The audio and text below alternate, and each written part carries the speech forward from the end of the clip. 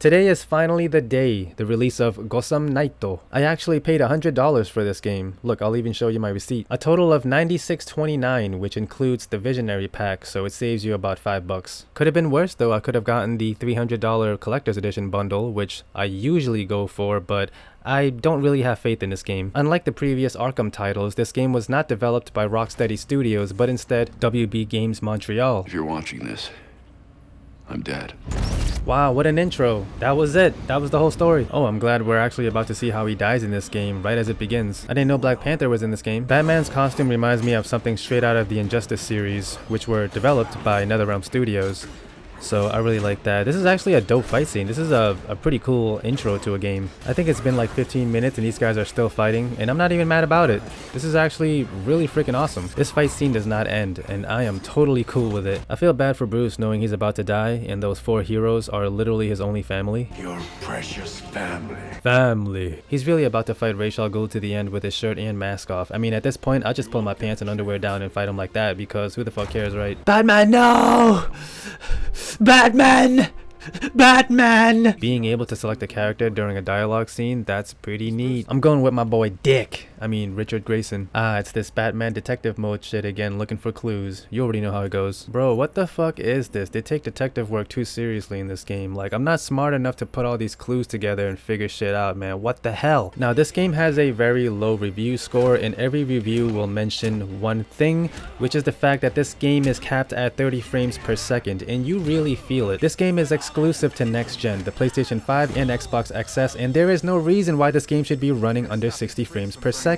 But according to the developers, they said that with so many features in this game, it was impossible to make it run at 60 frames per second, which is very hard to believe. I think they just didn't know how to optimize their game, which is really weird. The graphics aren't anything amazing, and with the game running at 30 FPS, it literally feels like I'm playing a PlayStation 3 game, honestly. I believe a lot of the older titles, most if not all, had gotten a 60 FPS update on next gen, and pretty much 100% of next-gen games on PS5 and Xbox XS run at 60 frames per second natively, so this whole thing is just crazy to me. I'm actually a big fan of stealth though, because I love ninja games like Ninja Gaiden Tenchu Z, and even if it's a game like Spider-Man or Final Fantasy 15 with their unnecessary stealth mechanics, I don't know, there's just something about stealth that makes games so fun to me. It seems like this game tries to be Arkham, but fails at doing so because the combos are pretty choppy.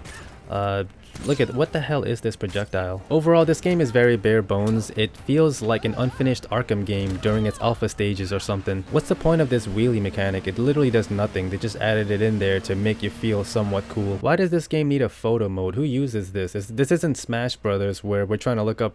Or are we? Man, they really added a lot of features to this photo mode for no reason. Man, I really paid $100 for these Batman Beyond skins, which I sort of regret. The streets in the open world are extremely empty compared to the Arkham Knight game. What features were the developers talking about?